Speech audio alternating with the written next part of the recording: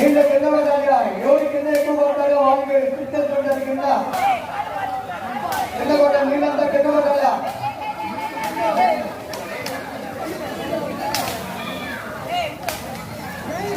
మన మళ్ళీ వినయ్ రాజు